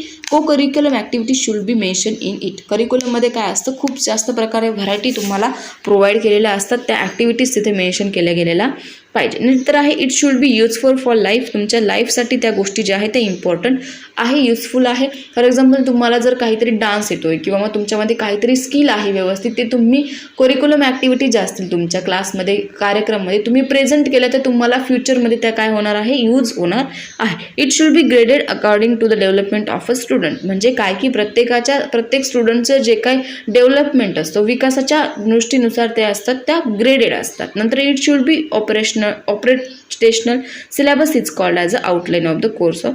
ठीक. नंतर आहे क्रायटेरिया ऑफ गुड करिक्युलमचा क्रायटेरिया अशा प्रकारे होता. नंतर आहे places and important of a textbook in the school curriculum. म्हणजे टेक्स्टबुक जे आहे त्याचं इम्पॉर्टंट काय आहे ते त्यांनी दिलं आहे. इम्पॉर्टंट आहे विचारलं जाऊ शकतं 2 मार्क्ससाठी. It is a guide to the teacher. टीचरसाठी गाईड करतं टेक्स्टबुक. नंतर आहे it works like a memory tool for a pupil. स्टुडंटसाठी ते काय आहे, एक मेमोरी टाईप असणार आहे, लक्षात ठेवण्यासाठी इझी जाणार आहे. It bring a proper system in teaching. म्हणजे तुम्ही ते ना घेऊ जाऊ शकता कुठेही तुम्हाला शिकण्यासाठी. नंतर आहे exercise is it as a useful. Exercise दिलेले असतात चॅप्टर संपल्यानंतर, तर तुम्हाला ते युजफुल होऊ शकतात. एक्झाम्पल दिलेले असतात काही. It check unnecessary repetitions and omissions. म्हणजे त्यामध्ये काही रिपिटेशन्स जे असतात ते डबल रिपिटेशन्स म्हणजे आलेले असतील कोणत्या चॅप्टरमध्ये, ते चेक करण्यासाठी असतं. जसं की आता ही पॅडागॉजी आहे, करिक्युलम सिलेबस आपण प्रत्येक सब्जेक्टमध्ये बघितलेलं आहे, मग ते रिपीट झालेलं आहे, तरी मी तुम्हाला काय करते, शिकवते आहे. बरोबर. It works as a permanent record to teaching learning. म्हणजे त्यामध्ये काय होतं, एक परमनंट रेकॉर्ड बनून जातं की कोणता चॅप्टर कोणत्या याच्यामध्ये आहे, कोणता पॉईंट कोणत्या चॅप्टरमध्ये आहे, हे बुकमध्ये टेक्स्ट बुकमधून आपल्याला समजत असतं. क्रायटेरिया ऑफ गुड टेक्स्टबुकचा क्रायटेरिया काय आहे, तर त्यातलं पहिलं आहे व्होकॅब्युलरी. तुमची जी व्होकॅब्युलरी असते त्यामध्ये व्यवस्थितपणे दिलेली असती, प्रॉपर व्होकॅब्युलरी दिलेली असते. नंतर आहे structure, simple to complex structure असतं किंवा नोन टू अननोन स्ट्रक्चर असतं, म्हणजे सोप्याकडून अवघडाकडे, सिम्पल टू कॉम्प्लेक्स म्हणजे ज्ञाताकडून अज्ञाताकडे असतील, माहीत असलेल्या गोष्टींकडून न माहीत असलेल्या गोष्टींकडे जाणारं स्ट्रक्चर जे आहे ते टेक्स्टबुकचं असतं. म्हणजे काय की तुम्हाला फर्स्ट चॅप्टर दिलेला आहे इझी, नंतरचा लास्ट चॅप्टर जो आहे तुम्हाला तो हार्ड असणार आहे थोडासा. फर्स्ट चॅप्टरमध्ये बेसिक दिलं असेल, सेकंड चॅप्टरमध्ये त्याचं इंट्रो दिलं असेल, थर्ड चॅप्टरमध्ये त्याचं स्टेप दिले असतील, त्याचं प्रोसिजर दिले असेल, फोर्थमध्ये त्याचं पूर्ण व्यवस्थितपणे दिलं असेल डिटेल. जसं की म्हणजे असं होतंय का मग तुम्हाला पहिलाच चॅप्टर खूप अवघड दिलं आहे आणि बाकीचं सगळं इझी दिलेलं आहे, नाही. ज्ञाताकडून अज्ञाताकडे जाणारं ते आहे स्ट्रक्चर त्याचं असायला हवं. सब्जेक्ट मॅटर, त्यामध्ये कोणत्या प्रकारचे सब्जेक्ट कसे दिलेले असणार आहे, त्याच्यामध्ये कोणत्या चॅप्टरमध्ये कोणता पॉईंट दिलेला असणार आहे ते गरजेचं आहे. नंतर आहे एक्सरसाइज देणं गरजेचं आहे. त्यानंतर टेक्निकल कन्सिडरेशन, काही टेक्निकल गोष्टी त्यामध्ये दिलेल्या असतील तर तुम्हाला तिथे टीचिंग एड्स ज्या आहेत त्या वापरणं गरजेचं आहे. ठीक आहे, तर अशा प्रकारचा तो पॉईंट आहे. नंतर आहे प्रायमरी एज्युकेशन करिक्युलम 2012 नुसार आहे, तर ते इतकं इम्पॉर्टंट नाही आहे NC नुसार. ठीक, तर पुढचा जो पॉईंट आहे तो आपण डिस्कस करूया डायरेक्ट. बाकीचं सगळं जे आहे मी ते स्किप करते, कारण ह्या गोष्टी ज्या आहेत त्या खूप वेळ डिस्कस करून झालेल्या आहे. इम्पॉर्टंट फक्त मी तुम्हाला डिस्कस करते. नंतर हा type of instruction material, print and non print material, other unconventional material, तेही आपण खूप वेळेस बघितलेलं आहे. त्यामध्ये काय काय असणार आहे की टाईप ऑफ इन्स्ट्रक्शन मटेरियलमध्ये प्रिंट मटेरियल आहे. प्रिंट मटेरियलमध्ये ए टाईप आहे टेक्स्ट बुक आणि बी आहे सप्लिमेंटरी बुक. मग सप्लिमेंटरी बुकमध्ये परत आहे वर्कशीट असेल, टीचर हँडबुक असेल, मॅगझिन असेल, रेफरन्स बुक असेल, न्यूजपेपर असेल. नॉन प्रिंटमध्ये काय असेल, ऑडिओ मटेरियल असेल, मग त्यामध्ये काय आहे रेडिओ असेल, रेकॉर्ड प्लेअर असेल, टेप रेकॉर्डर असेल. व्हिज्युअल मटेरियलमध्ये आहे, मग व्हिज्युअल मटेरियलमध्ये ब्लॅकबोर्ड्स असतील, स्लाइड्स असतील, पिक्चर्स असतील, फिल्म स्ट्रिप असेल. ठीक, नंतर आहे ऑडिओ व्हिज्युअल एड्समध्ये काय मोशन पिक्चर असेल, टेलिव्हिजन असेल, व्हिडिओ टेप असेल. नंतर आहे प्रिंट मटेरियलचा, त्याच्यामध्ये डिटेल दिलं आहे की प्रिंट मटेरियल म्हणजे काय आहे आणि ते. ठीक, नंतर आहे प्रिन्सिपल ऑफ मटेरियल डेव्हलपमेंट, हे ऑलरेडी मी डिस्कस केलेलं आहे पॅडागॉजी ऑफ इंग्लिश पार्ट 1 F6 मध्ये. तो पॉईंट तुम्ही तिथे जाऊनही बघू शकतात, चेक करू शकतात. तर ते आहे integral part, proper selection, usability, related to pupil experience, adequate preparation according to age and intelligence. नंतर आहे appropriateness, authenticity, cost and interest. नंतर आहे stage and step of material development, त्या स्टेज अँड स्टेपसुद्धा मी तुम्हाला तिथे दिलेल्या आहे, त्या तुम्ही तिथे जाऊन बघू शकतात. Prepare a working outline, study carefully, compare with the exciting similar materials, make necessary changes, prepare a materials, use the material and evaluate it, prepare a list of instruction to its use of effectively. नंतर आहे class formation and class management, त्याच्यामध्ये pair work असेल, group work असेल, तेही मी already discuss केलेलं आहे. मी already सांगितलं की जे इम्पॉर्टंट आहे मी तेच तुम्हाला इथे डिस्कस करणार आहे, जे कधी डिस्कस केलेलं नाही आहे ते. तर अशा प्रकारे आपला सेकंड चॅप्टर होता करिक्युलम सिलेबस इन्स्ट्रक्शन मटेरियल. ठीक, तर त्यामध्ये इम्पॉर्टंट आहे की गुड क्रायटेरिया साठी काय आहे, what are the good criteria of curriculum. नंतर आहे what is difference between curriculum and syllabus, what are the step material development, what are the 4 principle of material development. नंतर आहे व्हिज्युअल इन्स्ट्रक्शन मटेरियल काय आहे त्याची लिस्ट करा, type of instruction material काय काय आहे त्याची लिस्ट करा. बस इतकंच इम्पॉर्टंट आहे. थर्ड चॅप्टर आहे प्लॅनिंग मंथली अँड इयरली. तर इयरली अँड मंथलीचा जो चॅप्टर आहे तो आपण बघूया. तर नेक्स्ट चॅप्टर आहे आपला unit 3 planning monthly and yearly. तर काय आहे, आपण प्लॅनिंग ऑलरेडी बघितलेलं आहे की नियोजन म्हणजे काय, घटक नियोजन काय आहे, वार्षिक नियोजन काय आहे आणि मासिक नियोजन काय आहे. तर ठीक आहे, कन्सेप्ट काय काय आहे, concept of planning, need and type of plannings, yearly, monthly and unit. तर इम्पॉर्टंट आहे, तर त्यांनी दिलेलं आहे की concept of planning and its need, की काय आहे त्याची कन्सेप्ट आणि गरज काय आहे. In every field to get success, we keep some objectives before us and then we try to achieve that objective by making efforts. By planning, we can achieve our desired objectives in minimum time span. Planning is essential to an individual, a family, a society, and even a country also. There is an explosions of populations, explosions of knowledge, and explosions of expectation and aspirations. In this situation, planning has get more value for successful working of any task. Planning is very important. म्हणजे काय सांगितले की कोणतीही field असेल, जर आपल्याला success घ्यायचं असेल तर त्यासाठी आपल्याला काही ऑब्जेक्टिव्ह जे असतात ते तयार करण्यासाठी काही एफर्ट्स घ्यावे लागतात. मग ते कशाने होणार आहे? प्लॅनिंगने होणार आहे. कोणतीही गोष्ट आपल्याला करायची असेल, जर प्लॅनिंग फुल आपली फॅमिली, सोसायटी किंवा मग काहीही असो, कंट्रीसाठी आपल्याला एखादी गोष्ट करायची असेल, काही आपल्या पॉप्युलेशन्स असेल किंवा मग नॉलेज एक्सप्लोअर करण्यासाठी काही एक्सपेक्टेशन्स असतील, काही अस्पायरेन्स असतील, ते सगळं जे आहे ते काय एफर्ट्स घ्यावा लागणार आहे. कशा थ्रू? आपल्याला प्लॅनिंग थ्रू. म्हणजे आपल्याला कोणताही जे प्रोग्राम वगैरे घ्यायचे असतील तर त्यासाठी काहीतरी एफर्ट्स घ्यावा लागणार आहे आधी प्लॅनिंग थ्रू. म्हणजे आपल्याला कोणताही कार्यक्रम करायचा असेल तर त्यासाठी आपल्याला सगळ्यात मेन काय असतं? प्लॅनिंग करणं गरजेचं असतं. This is applications or applicable in the field of a teaching also. Effective teaching depend upon a execution of proper planning. ही जी फील्ड आहे ती आपल्या ते काही टीचिंग फील्ड आहे त्यासाठी खूप जास्त इम्पॉर्टंट आहे. कारण तुमचं जे काही इयरली प्लॅन कशा प्रकारे असणार आहे, तुमचं करिक्युलम असेल, सिलेबस असेल, त्यांचं प्लॅनिंग तुम्ही कशा प्रकारे करू शकता, कशा प्रकारे तुम्ही शिकवू शकतात, कोणता चॅप्टर तुम्हाला किती दिवसात शिकवायचा आहे, किती तासिका ह्या चॅप्टरला द्यायच्या आहे, ह्या वीकमध्ये तुम्हाला किती चॅप्टर शिकवायचे आहे किंवा मग किती पॉईंट्स कव्हर करायचे आहे, हे सगळं त्यामध्ये दिलेलं असतं. Planning will also help the teacher not to give over or less weightage in any unit of a teaching, listening, speaking, reading, writing. The skill are given adequate practice, composition, grammar, poem will be given necessary emphasis. म्हणजे काय की टीचरसाठी planning खूप जास्त गरजेचं असतं. कोणत्याही एखाद्या चॅप्टरसाठी खूप जास्त एक्स्ट्रा क्लासेस घेता कामा नये किंवा खूप कमीही क्लासेस घेता कामा नये. त्या सगळ्यामध्ये ज्या काही आपल्या LSRW आहे त्या सगळ्या स्किल ज्या आहेत त्या व्यवस्थितपणे प्रॅक्टिस झाल्या पाहिजे, घेतल्या गेल्या पाहिजे. त्यासोबत ग्रामर असेल, पोएम्स असेल, तेही त्यामध्ये गरजेचं आहे. असं नाही की मग चॅप्टर शिकवतोय. जसं की आता सेकंड इयर, फर्स्ट इयर दोन्हींचे जे आहे एक्झाम आहे. फर्स्ट इयरचे बॅकलॉगची एक्झाम आहे, सेकंड इयरची रेग्युलरची स्टुडंटची एक्झाम आहे. तर काय केलं आहे मी, दोन्ही ज्या एक्झामचं आहे ते मी डिव्हाइड करते. बरोबर, कधी आज तुम्हाला फर्स्ट इयरचे तुम्हाला काही सिरीज असेल, काही व्हिडिओज असतील ते अपलोड केले आहे, उद्या काय केलं, काही सेकंड इयरचे अपलोड केले आहे. तर अशा प्रकारे जे आहे त्याच्याने काय होणार आहे, प्लॅनिंग व्यवस्थित केलं तर कोणत्याही प्रकारचं ओव्हर किंवा लेस वेटेज तुमच्या डोक्यावर पडणार नाही. मग त्याच्यामध्ये त्याचे टाईप्स आहे, काय काय आहे. पहिला आहे yearly planning, that is year plan आपण त्याला म्हणतो वार्षिक नियोजन. मंथली प्लॅनिंग, मासिक नियोजन. युनिट प्लॅनिंग म्हणजे काय, घटक नियोजन. लेसक प्लॅनिंग म्हणजे काय आहे, पाठ नियोजन. ठीक, मग त्यातलं पहिलं आहे इयरली प्लॅन. तर काय आहे ते आपण बघूया.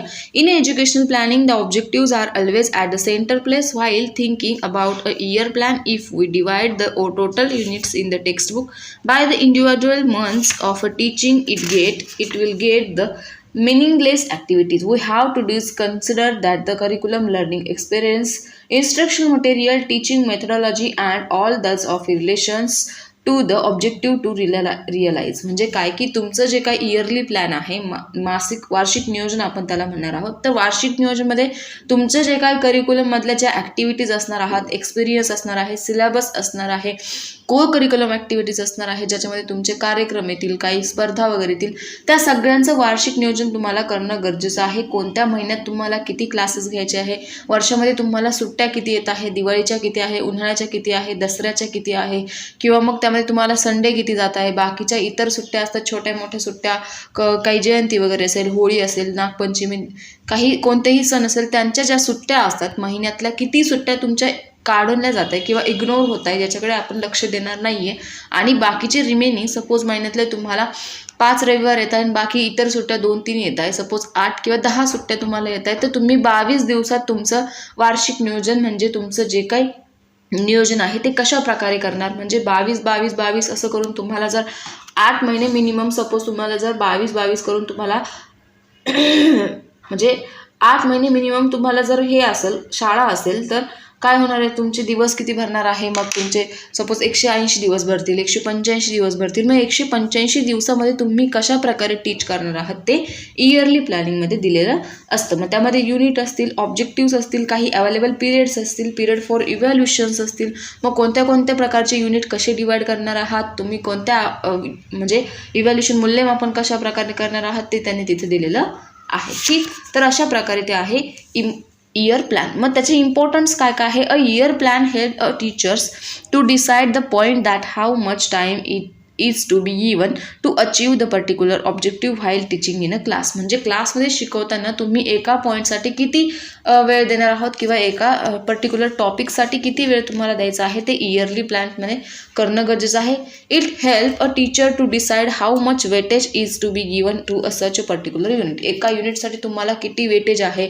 सपोज एक युनिट जो आहे, सपोज 3 युनिट आहे तुम्हाला एका पुस्तकामध्ये, एकाला तुमचं 10 मार्क्सचं वेटेज आहे, एकाला 15 मार्क्स आहे आणि एखादा 5 मार्क्सचा आहे. मग 10 मार्क्सच्या वेटेज असणाऱ्या चॅप्टरला किती वेळ द्यायचा आहे, 15 मार्क्सच्या वेटेज असणाऱ्या चॅप्टरला किती वेळ द्यायचा आहे हे त्यामध्ये करणं गरजेचं आहे. It helps a teacher to plan and oral and unit test. Unit test असेल किंवा तोंडी परीक्षा असेल, लेखी परीक्षा असेल, घटक चाचणी परीक्षा असेल, त्यासाठी हेल्प करतं. It help a teacher to arrange cocurricular activity असेल किंवा एक्स्ट्रा करिक्युलर ॲक्टिव्हिटीज असेल त्यासाठी हेल्प करतं. Under emphasis on any topic or a skill is avoided. बाकीचे जे काही एखादा स्किल असणार आहे ते यामध्ये अवॉइड केलेलं असतं. Planning help for easy and smooth execution. म्हणजे कोणताही पॉईंट आपल्याला शिकवायचा असेल, कोणतीही गोष्ट करायची असेल तर त्यासाठी प्लॅनिंग काय आहे, हेल्पफुल आहे. पुढचा आहे monthly plan. When we divide a year plan into a monthly plan taking into the consideration the objective of realisation in a become a monthly plan. Here we have a record of the name of a month, topic to be taught, objective to be achieve and activities to be perform. म्हणजे काय की याच्यामध्ये तुम्ही जे काही monthly plan आहे ते consider करणार आहात तुमच्या मंथली प्लॅन बरोबरच. म्हणजे तुम्हाला कोणत्या प्रकारचे अवघड घटक असतील, काही ऑब्जेक्टिव्ज असतील, कशा प्रकारे ते परफॉर्म करायचे आहे हे तुम्हाला मंथली प्लॅनमध्ये करणं गरजेचं आहे. म्हणजे एका मंथमध्ये तुम्हाला किती चॅप्टर कव्हर करायचे आहे, किती काम तुम्हाला करायचं आहे त्याचा फॉर्मॅट त्याने तिथे दिलेला असणार आहे. मग सपोज असं नेम ऑफ मंथ असेल तुमचा, एक टॉपिक असेल त्यामध्ये तुम्हाला ऑब्जेक्टिव्ह टू बी अचीव म्हणजे ऑब्जेक्टिव्ह असणार आहे. मग सपोज मी तुम्हाला मंथली अँड इयरली प्लॅनिंग जो आहे तो चॅप्टर शिकवते आहे. मग यामध्ये ऑब्जेक्टिव्ह काय काय आहेत, जे पॉईंट असेल, इयरली प्लॅन असेल, मंथली प्लॅन असेल, युनिट प्लॅन असेल, मग त्याच्यामध्ये काय काय ॲक्टिव्हिटीज असतील, किती पिरियड्स त्यांना तुम्ही देणार आहात ते त्यामध्ये दिलेलं असणार आहे. पुढे आहे युनिट प्लॅन. मग we know that the effective planning is key of a successful teaching. मग आपल्याला माहिती की प्लॅनिंग जे आहे ते सक्सेसफुल टीचिंगची की आहे. In unit plan we not only consider the topic but also the objective subject of a student. म्हणजे काय की याच्यामध्ये फक्त टॉपिकच नाही तर बाकीचे जे काही ऑब्जेक्टिव्ज असणार आहेत त्यांना सुद्धा कन्सिडर केलेलं असतं. Now let us consider the meaning of a unit. Unit is a large subdivision of a subject matter. It represents a process of organizing activities and material for the sake of a instruction. म्हणजे काही instruction material वगैरे असणार आहे त्याच्या प्रोसेसनुसार आपल्याला unit plan जो आहे तो करावा लागतो. मग त्यासाठी 4 पॉईंट असतात मेन. ते असतात what aspect, why aspect, how aspect, how good is the outcome. म्हणजे का करायचं आहे, केव्हा करायचं आहे आणि कसं करायचं आहे आणि यातून आपल्याला आउटकम काय काय भेटणार आहे हे युनिट प्लॅनचं काय असणार आहे, गरजेचं असणार आहे. म्हणजे तुम्हाला युनिट प्लॅन जो आहे एखादा पूर्ण चॅप्टर संपल्यावरच तुम्ही त्या युनिट प्लॅनवर टेस्ट घेऊ शकतात, बरोबर. मग ती का घ्यायची आहे, कशी घ्यायची आहे आणि म्हणजे त्याच्या मागचं रिझन काय असणार आहे ते तुम्ही तिथे परफेक्ट म्हणजे फिक्स करावं लागतं, केअरफुल करावं लागतं ह्या गोष्टींना. नंतर आहे क्रायटेरिया ऑफ युनिट प्लॅनिंगचा क्रायटेरिया आहे, इम्पॉर्टंट आहे, 2 मार्क्सला विचारलं जाऊ शकतं. तर काय, there should be similarity in a learning experience and it should be around on problem project or a thoughts. म्हणजे काय की काही लर्निंग एक्सपेरिमेंट जे आहे त्याच्यामध्ये प्रॉब्लेम प्रोजेक्ट आणि थॉट्स जे असतील त्याच्यात काय असणार आहे, तुमचे काही सिमिलॅरिटीज जे असणार आहे ते दिसून येणार आहे. तर आहे base on a physiological principle learning be whole. म्हणजे काय की जे काय तुमचं शिकणं आणि म्हणजे अंशाकडून पूर्णाकडून अंशाकडे जो शिकण्याचा प्रिन्सिपल आहे ते इथं यूज होणार आहे. ठीक. नंतर आहे there should be integration of a learning outcomes organisation of a similar content. मग काही कंटेंट जे आहे ते सिमिलर असणार आहे, त्यांच्यात काही इंटिग्रेशन्स असणार आहे, त्यातून काहीतरी आउटकम्स आपल्याला मिळणार आहे. Organisation of a content with educational experience. म्हणजे जे एज्युकेशनल एक्सपिरियन्स असणार आहे तुमचे त्यानुसार तुमचं कंटेंट जे आहे ते ऑर्गनाईज केलेलं असणार आहे. नंतर आहे importance of a unit plan. It make a teaching learning process more effective and meaningful. मग याने काय होतं, युनिट प्लॅनने काय होतं, तुमची जी काय टीचिंग लर्निंग प्रोसेस आहे, अध्ययन अध्यापन प्रक्रिया जी आहे ती खूप जास्त इफेक्टिव्ह होते आणि ती अर्थपूर्ण बनते. नंतर आहे it has a psychological base become it is a base on a gestalt theory that in a whole is greater than its a part. म्हणजे काय की जी पार्ट आहे म्हणजे तुम्ही एखादी गोष्ट आहे ती पार्टमध्ये न सांगता तुम्ही होल कन्सेप्ट सांगायची आहे, पूर्ण व्यवस्थितपणे त्याची मिनिंगफुल सांगायची आहे. तर हे गॅस्टल थेअरीनुसार त्याने सांगितलेलं आहे. Content, objective, learning experience, methodology, tools of evaluations, all those important aspect in teaching learning process are very well taken into the consideration on a coordinate. म्हणजे काय की तुमचे कंटेंट असेल, कोणतं कंटेंट विषयमधला युनिट प्लॅनमधलं कोणती गोष्ट तुम्हाला शिकवायची आहे, कोणता भाग तुम्हाला शिकवायचा आहे, त्यावर तुम्ही क्वेश्चन्स कसे विचारणार आहात, त्यावर तुम्ही एक्सपिरियन्स काय देणार आहात, तुम्ही एक्झाम्पल काय देणार आहात, इव्हॅल्युएशन कोणत्या प्रकारचं यूज करणार आहात, इव्हॅल्युएशन टूल काय यूज करणार आहात, म्हणजे पडताळा सूची असेल, पदनिश्चय श्रुती असेल, तर कोणती विचारात घेणार आहात ते त्यामध्ये गरजेचं असणार आहे. The teacher prepare teaching aids or seen reference well in advance. Teaching aid कोणते यूज होणार आहे तेही तिथे दिलेले असणार आहे. ठीक, तर अशा प्रकारे जो आहे तो क्रायटेरिया होता आणि इम्पॉर्टंट होता. नंतर आहे importance of planning at primary level. मग प्रायमरी लेवलसाठी काय इम्पॉर्टंट आहे प्लॅनिंग का जरुरी आहे, तर planning is necessary for effective and of efficient functioning of every organization irrespective or its size, type and the objective of the organization. Planning ही गरजेचं आहे, कोणती त्यांची साईज कशी असो, त्याचं फंक्शनिंग काय आहे त्यासाठी ते ऑर्गनाईज केलेलं गरजेचं असणार आहे. So year plan, monthly plan, unit plan and daily lesson plan are very useful while teaching English at primarily. त्यासाठी जे काही तुमचं वार्षिक नियोजन असेल, मासिक नियोजन असेल, घटक नियोजन असेल किंवा मग लेसन प्लॅन असेल, तो खूप जास्त इम्पॉर्टंट आहे प्रायमरी लेवलसाठी. First of the all we will consider the important of planning regarding a year plan at a primary level. म्हणजे काय की इम्पॉर्टंट प्लॅनिंगचे इम्पॉर्टंट जे आहे ते पहिले कन्सिडर करायचे आहे एलिमेंटरी लेवलसाठी किंवा primary लेवलसाठी. It help a teacher to decide the point that how much time is to be given in a realizing and objectives. म्हणजे ऑब्जेक्टिव्हसाठी तुम्हाला किती टाईम द्यायचा आहे, कोणत्या ऑब्जेक्टिव्ह कसे घ्यायचे आहे, त्या युनिटला वेटेज काय आहे त्याच्यावर डिसाईड करायचं आहे. त्याच्यासाठी तुम्हाला कोणत्या कोऑर्डिनेशन फॅसिलिटीज गरजेचे आहे त्याही तिथे दिलेलं असणार आहे. ओरल वर्क किंवा युनिट टेस्ट जी आहे ती प्लॅन करायची आहे. एक घटक संपलाय मग त्यावर तुम्ही ओरल जे आहे युनिट टेस्ट प्लॅन करायचे आहे. विद्यार्थ्यांना किती समजलं आहे ते चेक करण्यासाठी को curricular and extra curricular activities आहे त्या प्लॅन करायच्या आहे. Under एम्फॅसिस on topic or skill avoid, जे काही त्याच्याशी रिलेटेड टॉपिक नसणारे त्यांना अवॉइड करायचं आहे. It help a teacher to organise a teaching work, जे काही टीचिंग वर्क आहे त्यासाठी टीचरला ते काय होणार आहे, हेल्प होणार आहे. नंतर आहे monthly plan. Monthly plan has a similar importance. त्यामध्ये काही सिमिलर इम्पॉर्टंट नाही वार्षिक प्लॅन सारखे. It eliminates trial and error method, जे काही प्रयत्न आणि भूल आपण ज्याला म्हणूया थार्नडाईकचा जो सिद्धांत आहे ती इलिमिनेट केलेली असते यावर. It reduce chance of failure because the teaching learning process it will plan. म्हणजे काय फेल्युअर असणार आहे त्यांचे चान्स जे आहे ते रिड्यूस होणार आहे मंथली प्लॅनमध्ये. It provide intelligence direction to activities of the teacher and a student. यामध्ये इंटेलिजंट ज्या काही डायरेक्शनला जाणाऱ्या ॲक्टिव्हिटीज आहे म्हणजे तार्किक क्षमता वाढवण्याची जी ॲक्टिव्हिटीज आहेत त्या यामध्ये जास्त प्रमाणात दिल्या गेलेल्या असणार आहे. It save time efforts. ही जी मेथड आहे ती टाईम कमी लागतो हिला. Flexibility in the execution help to achieve the objective. Flexibility असणार आहे तुम्ही जे काही शिकता आहात त्यामध्ये. इम्पॉर्टंट ऑफ युनिट प्लॅन काय आहे ॲट अ प्रायमरी लेवलसाठी, तर ती काय आहे तर त्यामध्ये पहिलं आहे the student of a primary level face no difficulty to listen, speak, read and write simple and correct English because unit plan has a physiological base of a gestalt theory. Gestalt थेरीनुसार म्हणजे तुमची जी काय theory आहे म्हणजे learning by म्हणजे पूर्णाकडून अंशाकडे जाणारी जी theory आहे त्यानुसार कोणत्याही प्रकारचे प्रॉब्लेमला फेस करणार नाही प्रायमरी लेवल.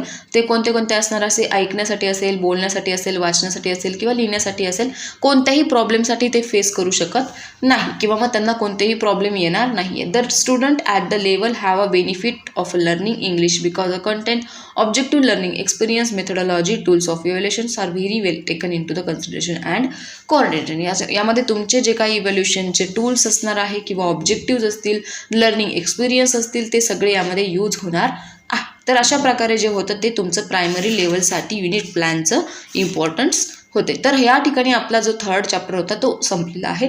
यामध्ये इम्पॉर्टंट काय आहे, तिन्ही इम्पॉर्टंट आहे. Explain concept of evaluation and its need, explain concept of year plan, explain concept of unit plan आणि explain concept of monthly plan. बस एवढंच आहे, बाकीचं काही नाही आहे. नंतरचा पॉईंट आहे किंवा नंतरचा चॅप्टर आहे फोर्थ आपला लास्ट चॅप्टर आहे unit 4 evaluation of the learner म्हणजे मूल्यमापन. ठीक, तर काय आहे इंट्रोडक्शन बघूया. Education of the process of bringing about change in a behaviour of a purple म्हणजे विद्यार्थ्यांच्या दृष्टीनुसार एज्युकेशन जे आहे ते त्यांच्या म्हणजे काय आहे बिहेवियरवर अवलंबून असणार आहे, म्हणजे ते वागणुकीवर अवलंबून असणार आहे. मूल्यमापन कसं करतो आपण, टीचर आपल्या विद्यार्थ्यांचं मूल्यमापन कसं करताय की वर्गात विद्यार्थी कसा वागतोय, कसा बोलतोय, इतरांशी कसं बिहेव करतोय, त्याच्यानुसार त्यांना जे काही क्वालिटेटिव्ह मेथड्स असेल किंवा क्वालिटेटिव्ह क्वांटिटेटिव्ह मेथड असेल त्यानुसार ते मार्क देत असतात, संकलित गुण त्याला किंवा मग गुणात्मक मूल्यमापन जे आहे ते ऑब्झर्व करत असतात. म्हणजे ते काय आहे क्वालिटेटिव्ह मेथड तिला आपण म्हणू शकतो. मग evaluations is a integral part of a teaching learning process since a continuous and comprehensive of a teaching itself. ठीक, इव्हॅल्युएशन ही खूप जास्त गरजेची आहे. तुमचे जे काही स्टुडंट टीचरची जी काही प्रोसेस असते त्यांच्यामधला जी काही ॲक्टिव्हिटी होत असते त्यासाठी इव्हॅल्युएशन मेथड खूप जास्त इम्पॉर्टंट आहे. मग त्याचे दोन टाईप पडतात किंवा we know that a evaluation is a quantitative descriptions of a pupil achievement plus a qualitative descriptions of a pupil ability. म्हणजे काय की क्वांटिटेटिव्हमध्ये काय तुमची संख्यात्मक येणार आहे, म्हणजे त्यांनी काय काय अचीव केलं आहे, किती मार्क्स त्यांनी मिळवलेले आहे ते त्यामध्ये येणार आहे. आणि क्वालिटेटिव्हमध्ये त्यांनी किती ॲबिलिटीज म्हणजे ते ह्या गोष्टीसाठी किती पात्र आहेत त्याची व्हॅल्यू जी आहे ती जज करत असते कशामध्ये इव्हॅल्युएशनमध्ये. मग त्याचे दोन टाईप आहे क्वांटिटेटिव्ह अँड क्वालिटेटिव्ह. मग क्वांटिटेटिव्ह मेथड काय आहे तर बघूया. Here we focus on the number, यावर आपण संख्येवर जे आहे ते फोकस करत असतो. मी ऑलरेडी याचा डिफरन्स जो आहे तो घेतलेला आहे.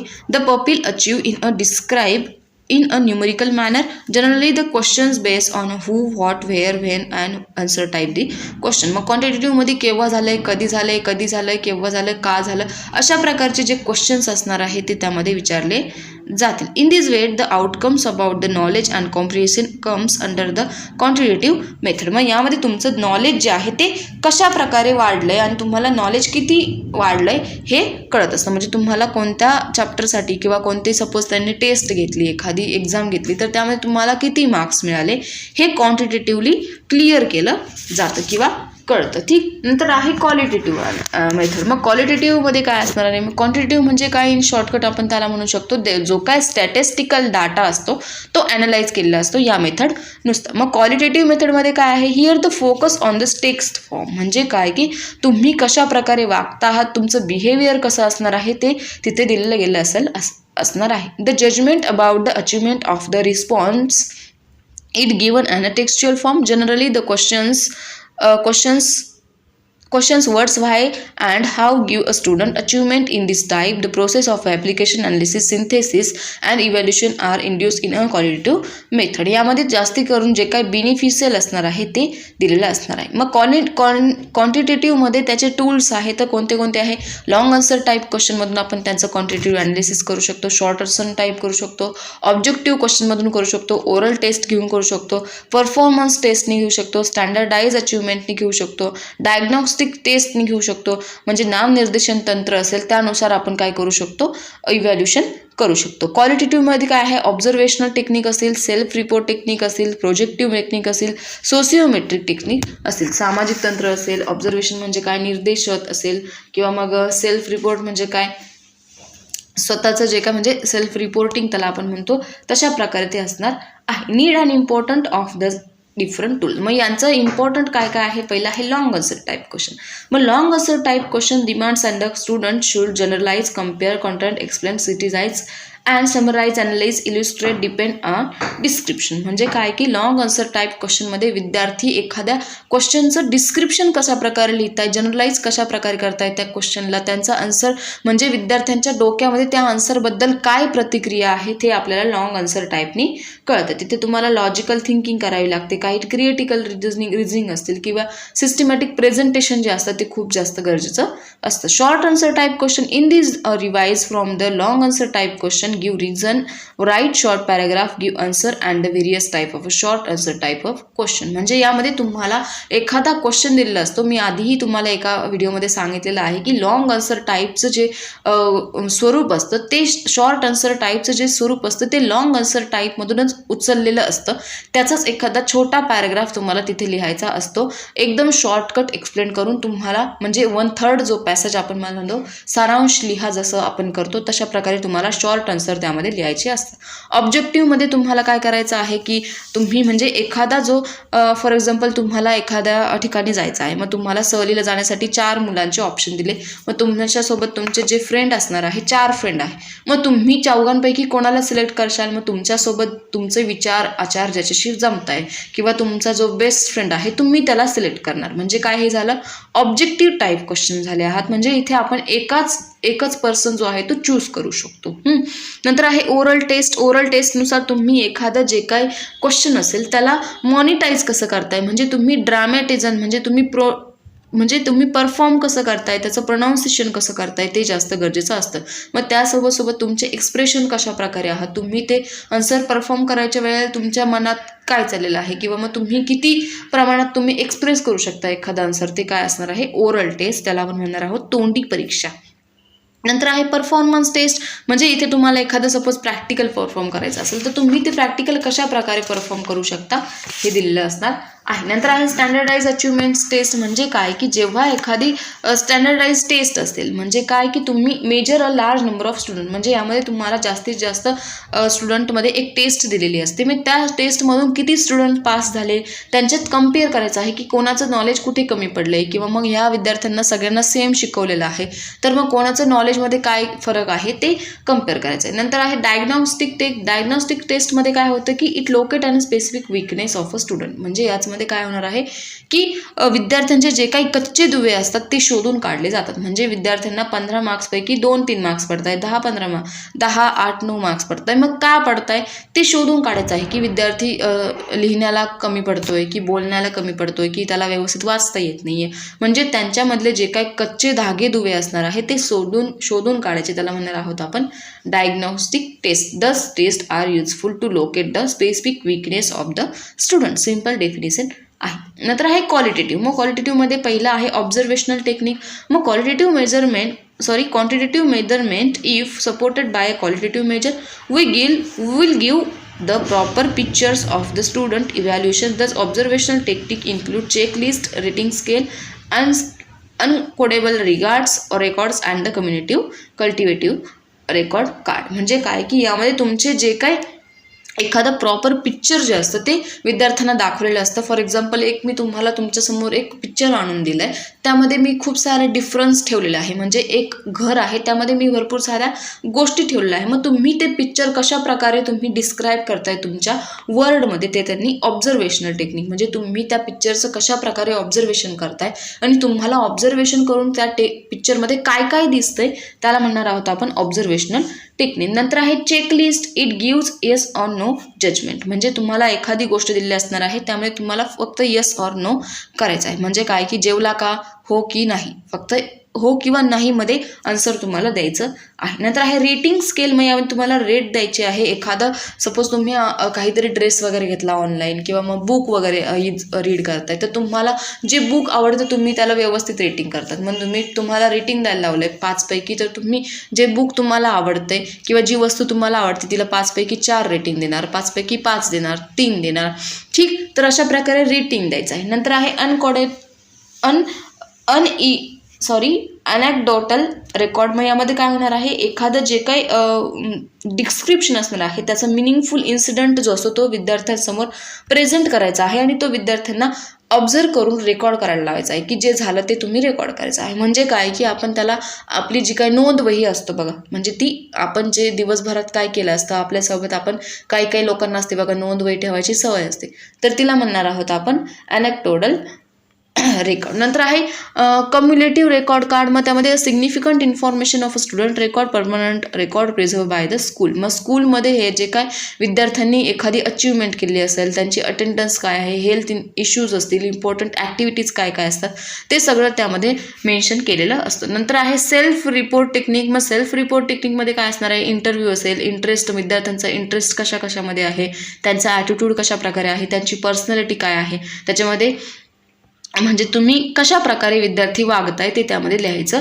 असणार आहे. नंतर आहे प्रोजेक्टिव्ह टेक्निक. दस include sentence completion, complete in story, paper shows, drawing, picture, diary अशा प्रकारच्या ज्या गोष्टी आहेत त्या प्रोजेक्टिव्ह मेथड असणार आहे. म्हणजे एखादी अर्धी स्टोरी तुम्ही स्टुडंटला प्रोव्हाइड करायची आहे आणि स्टुडंटनी ती पूर्ण करायची आहे. एखादा पिक्चर काढायला लावायचा आहे, ड्रॉ करायला लावायचं आहे, डायरी लिहायला लावायची आहे. या सगळ्या गोष्टी येणार आहे प्रोजेक्टिव्ह टेक्निकमध्ये. नंतर आहे sociometric technique. Here the focus is shifted from the teacher to a student. म्हणजे यामध्ये काय होतं की सोशिओमेट्रिक म्हणजे काय की जेव्हा टीचरकडून स्टुडंटकडे हा फोकस जो आहे तो शिफ्टेड होतो. म्हणजे काय की विद्यार्थी स्वतः कसा वागतोय, समाजमिती तंत्र याला आपण म्हणतो की समाजमिती तंत्रामध्ये विद्यार्थी कसा वागतोय, समाजात तो त्याचं बिहेवियर काय आहे.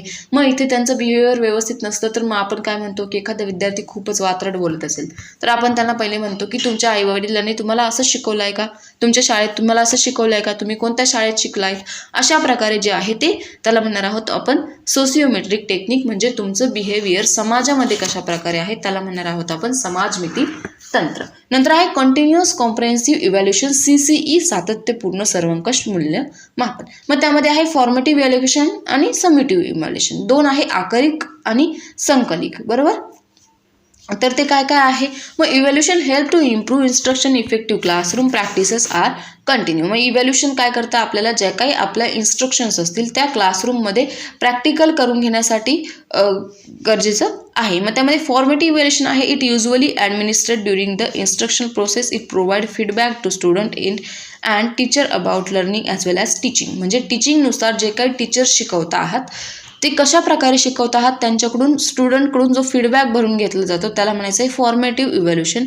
It is a daily activity. It focus on a process. म्हणजे ही जी ॲक्टिव्हिटी आहे ती डेली केलेली असते. म्हणजे विद्यार्थी शाळेमध्ये कसा वागतोय, कशा प्रकारे त्याचं बिहेवियर आहे, कशा प्रकारे तो युनिट टेस्टला पास होतोय किंवा कशा प्रकारे तो अभ्यास करतो, ही जी ॲक्टिव्हिटी आहे ती डेली करण्याची ॲक्टिव्हिटी आहे. परंतु समेटिव्ह इव्हॅल्युएशन जी आहे ती काय असणार आहे, एका प्रोग्राममध्ये चालणार आहे. म्हणजे ती वर्षाच्या शेवट केली जाणारी ॲक्टिव्हिटी आहे. म्हणजे त्याला आपण वार्षिक जे आहे नियोजन त्याच्यासोबत कम्पेअर करू शकतो. म्हणजे वर्षाच्या शेवटी तुम्ही जेव्हा रिझल्ट लागणार आहे तेव्हा विद्यार्थ्यांना किती मार्क्स तुम्हाला तिथे द्यायचे आहे, 20 पैकी तुम्ही इंटरनल किती देणार आहात, त्या सगळं कशामध्ये असणार आहे, समेटिव्ह इव्हॅल्युएशनमध्ये. नंतर आहे त्यांनी difference between formative and summative इव्हॅल्युएशनचा डिफरन्स त्यांनी दिलेला आहे. तर काय काय आहे त्यामध्ये पॉईंट ऑफ डिफरन्स काय काय आहे, फंक्शन म्हणजे फॉर्मेटिव्हचं कार्य काय असणार आहे, समेटिव्हचं कार्य काय असणार आहे ते दिलेलं आहे. टाईम कसा लागणार आहे, इम्फॅसिस ऑफ इव्हॅल्युएशनचं इम्फॅसिस कशा प्रकारे होणार आहे, कोणते कोणते टूल त्यामध्ये यूज करणार आहे, सॅम्पल ऑफ इव्हॅल्युएशन कसे देणार आहे ते त्यांनी तिथे दिलेलं आहे.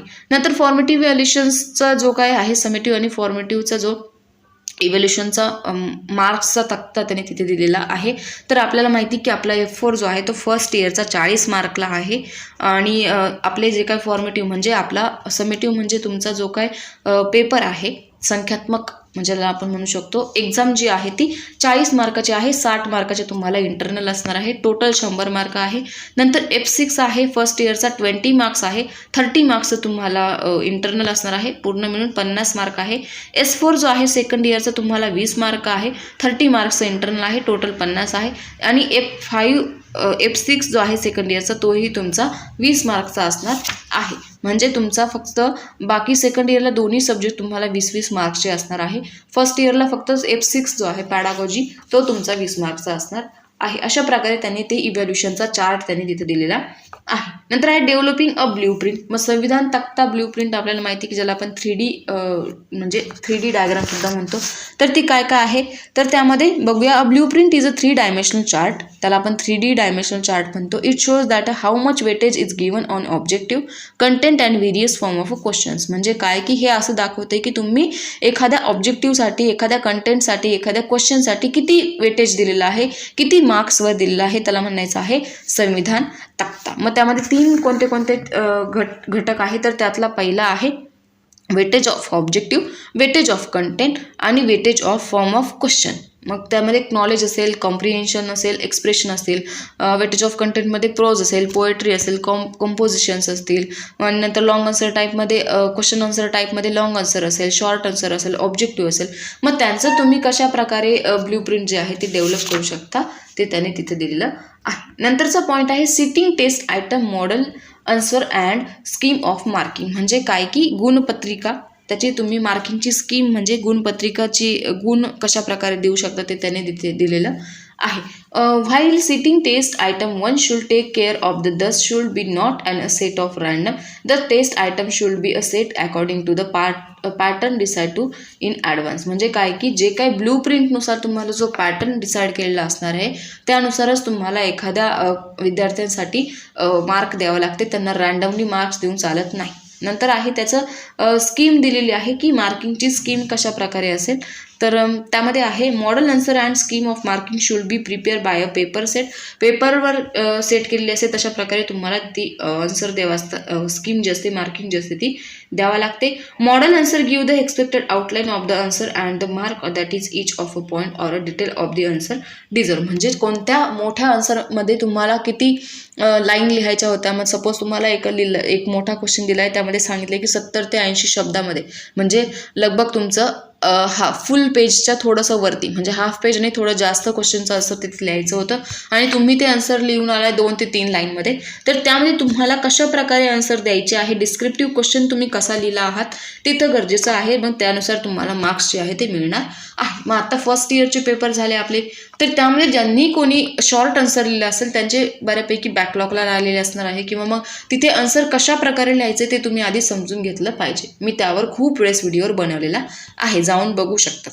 नंतर आहे पुढचा point student tracking progress reporting rubric. व rubric for a skill of setting a test paper. Test पेपरवर जे काही सेट केले असते टेस्ट पेपर त्यानुसार रुब्रिक जे आहे ते केलं असतं. त्यावर काही स्कोरिंगचा गाईड दिलेला असतो, त्यामध्ये काय काय असणार आहे, असाइनमेंट असेल, रिसर्च पेपर असेल, ग्रुप प्रोजेक्ट असतील, तशा प्रकारे ते दिलेलं असणार आहे. ठीक, तर अशा प्रकारे आपला हा लास्ट चॅप्टर जो होता तो लगभग संपलेला आहे. इम्पॉर्टंट क्वेश्चन मी तुम्हाला सांगते यामधलं की explain in short of method of evaluations काय आहे ते विचारलं जाऊ शकतं.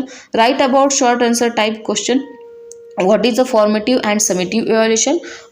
Right in detail of a continuous comprehensive evaluation. म्हणजे काय, सातत्यपूर्ण सर्वंकष मूल्यमापन काय आहे ते विचारलं जाऊ शकतं. ठीक आहे, इतकं इम्पॉर्टंट आहे.